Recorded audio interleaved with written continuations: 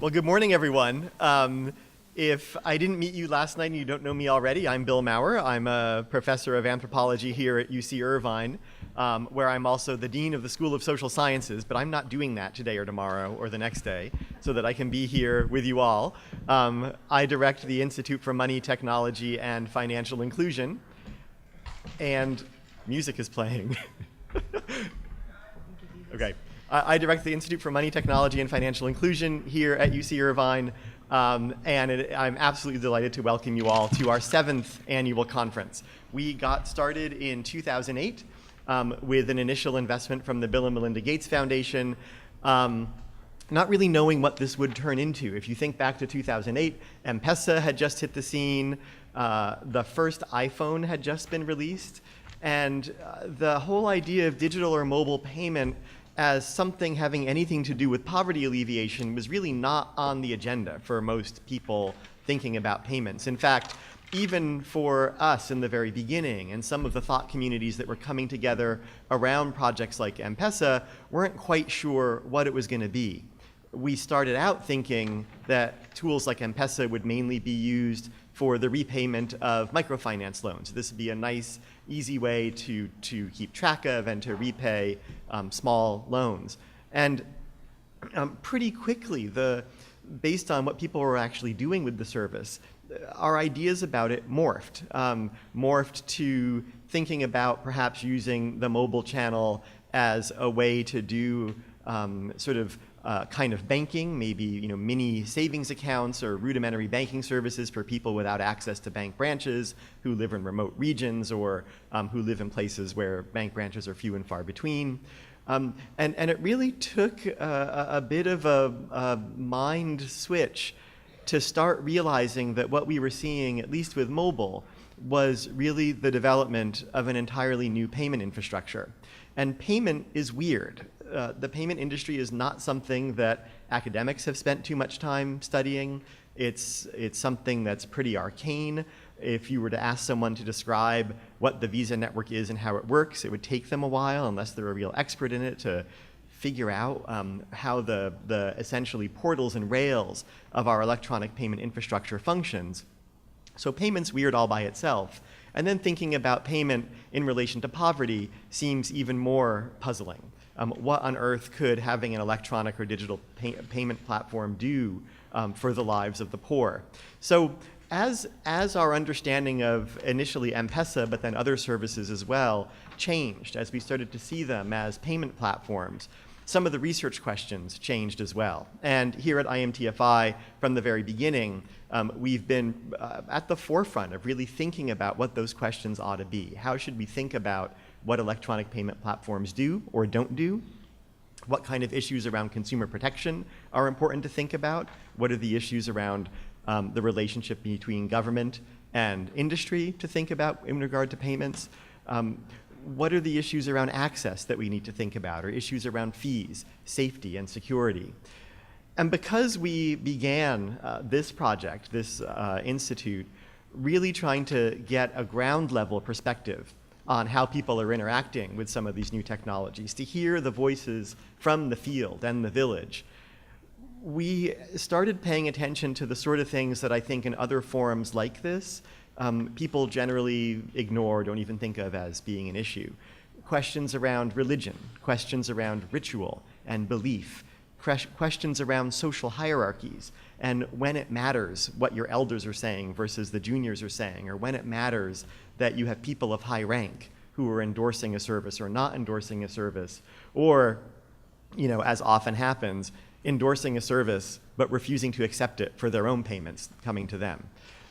So we have seen projects here over the past 7 years ranging from uptake and adoption studies of mobile money services to the interface between traditional money practices, traditional lenders, ritual healers and ritual specialists, oracles and deities, the ancestors, and mobile money and digital payment. And I think that this is the thing that's really made IMTFI distinctive and has helped us really push the debate in the industry, in policy, and certainly in academia. So this year we've titled this conference Insight and Impact. We're trying to think about how these insights that we glean from sustained, often qualitative ethnographic fieldwork, along with the quantitative work that many of you do in the room, can generate new thoughts that then lead to impact in policy and industry and elsewhere.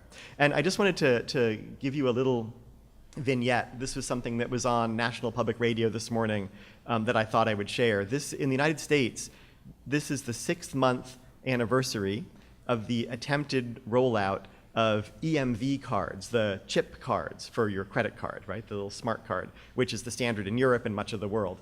And the report was focusing on the fact that it hasn't been going very well here. Merchants were supposed to migrate to EMV in October, and as of today, only about 20% of card readers nationwide are able to read those chip cards. And there was some discussion about why this has been the case and why adoption has been so slow. There was a lot of talk about the cost to merchants of upgrading their terminals. But interestingly, the reporter noted the behavior change that's expected in the adoption of a new payment service. We in this country have been used to swiping our cards for 30 plus years. And you swipe it and it just works. I don't know if anyone who's visiting has had the experience of using a chip card in America yet, but you put the chip in and then you wait and you wait.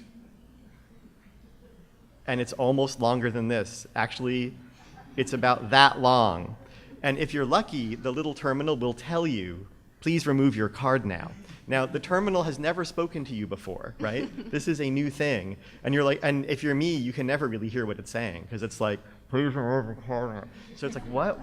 And I've also been in situations where the clerk will tell me to swipe the card and then insert it and wait, which is probably not a good idea. In the United States, a sort of mythology has sprung up about what's happening when your card is sitting in the terminal for that long, and there are people who refuse to use it because they're convinced that in that intervening time, because it's so long, fill in the blank, I'll give you who's in the blank in a minute, fill in the blank is stealing all of your information. So the hackers, ISIS, Obama, right? It depends on one's political leanings, but I've heard these things and seen these things in action. So that's happening in a place where electronic payment is pretty ubiquitous, and we're having this much trouble with what should be a pretty easy switch. So when we think about countries in the developing world, when we think about emerging markets and the role of new payment infrastructures, we shouldn't expect that you just flip the lights on and people start using it and you're ready to go. It's a much more lumpy process. And part of what IMTFI does is really try to investigate those lumps. Let's feel those lumps out, see what they're about, and see what insights we can generate about them that will have an impact on the industry. So that's what I'll say by way of introduction. I wanted to point out a couple of people in the room. Liz Losh from the College of William and Mary over here is a professor of communication and has been live blogging the IMTFI conference since we began.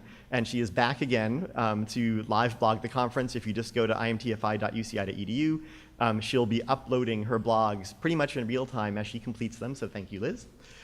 Professors Nina Bandel and Aladi Venkatesh are somewhere. There's Professor Bandel, Nina, and Aladi here serve on the academic advisory board for IMTFI. So if you are an IMTFI fellow, a recipient of a grant, they are two of the people who reviewed your proposals, so you might want to go say hi to them and thank you. And you met me and Jenny and John and Nima and Nandita and Taylor and Sean and Ursula and Minu last night. But if you ever have any questions or need any help, find a member of the IMTFI team. We are identified by little blue and gold ribbons, okay? And if you have any question about anything and need help, just ask us. We are live streaming the conference, so people can log in globally and take a look. And I'd like to thank William and the crew in the back in advance for helping out with that. Thank you very much. And I think that is the extent of my announcements. So, if you want to tweet, the hashtag is #IMTFI. And some members of the team will be tweeting throughout the day. Feel free to join in. So without any further ado, let me introduce the first panel. Oh, I remembered something I forgot to say, which is, those of you presenting know this, but those of you here to see the show might not know this. What we do at IMTFI that's also a little different from other entities like this is instead of granting an award and then sitting around and waiting for the report, we grant the reward and we have our researchers all convene pretty much at the halfway mark of their project, so that people can exchange, network, learn from one another, get advice on method, get advice on theory, talk about the issues that they're facing in their research, and so that we can sort of do any kind of course correction that we might feel we need to do. So what you're hearing are going to be works in progress. These are not finished projects, okay? So I would ask all of you to approach the presentations with a generosity of spirit and intellect and constructive criticism and feedback to help all of us push these projects into their next phase to their conclusion. So just remember that throughout the day. These are works in progress, okay?